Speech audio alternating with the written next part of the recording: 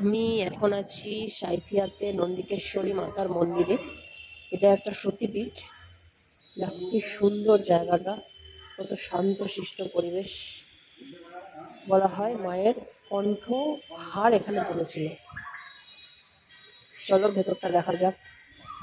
এই যে মায়ের মূর্তি, এখানে মায়ের হচ্ছে কণ্ঠহার পড়েছিল।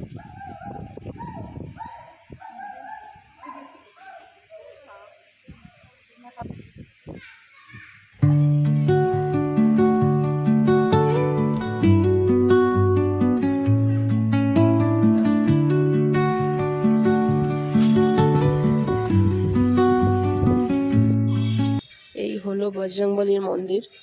এখানে পাশে পাশে প্রচুর মন্দির রয়েছে। এখানে দেখো রাম আছে, সীতা, লক্ষ্মণ, বজরংবলী। এটা ভৈরব বাবার মন্দির। চলো ভেতরে যাওয়া যাক। দেখো এখানে কি সুন্দর ছবি করা আছে, লক্ষ্মণ ঝুলা, ত্রিযোগী নারায়ণ, বদ্রীনাথ, কেদারনাথ সবকিছু ওয়ালে পেন্ট করে সুন্দর পেন্ট করে রাখা আছে। সুন্দর লাগছে দেখতে। আর প্রচুর পুরনো মন্দির। ভৈরব বাবা দর্শন করে নাও সবাই। এখানে আছে গণেশজি। এখানে পরপর পরপর অনেক মন্দির আছে। রাধা গোবিন্দ মন্দির আছে। খুব সুন্দর পরিবেশ।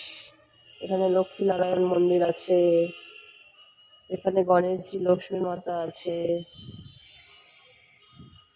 এখানে মা সরস্বতীর মূর্তি আছে।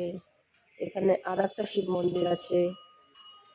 খুব খুব সুন্দর পরিবেশ, খুব ঠান্ডা পরিবেশ এবং প্রচন্ড পুরনো।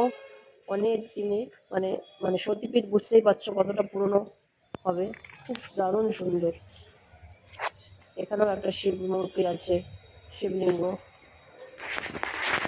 12টা জ্যোতির্লিঙ্গের মধ্যে যে একটা জ্যোতির্লিঙ্গ আছে ওমকারেশ্বর, এখানে কিন্তু সেই জ্যোতির্লিঙ্গেরই আর একটা রূপ। এই দেখো ওমকারেশ্বর জ্যোতির্লিঙ্গ, ভোলেনাথের রূপ।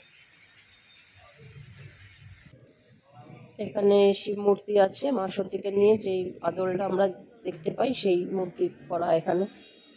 পরিবেশটা ভীষণ সুন্দর, ভীষণ ঠান্ডা। তোমরা যারা তারাপীঠ আসবে বা শান্তিনিকেতন আসবে, সাঁইথিয়া থেকে এই শক্তিপীঠটা ঘুরে যাবে অবশ্যই। যারা জানো না, যারা এসেছো তারা তো জানোই।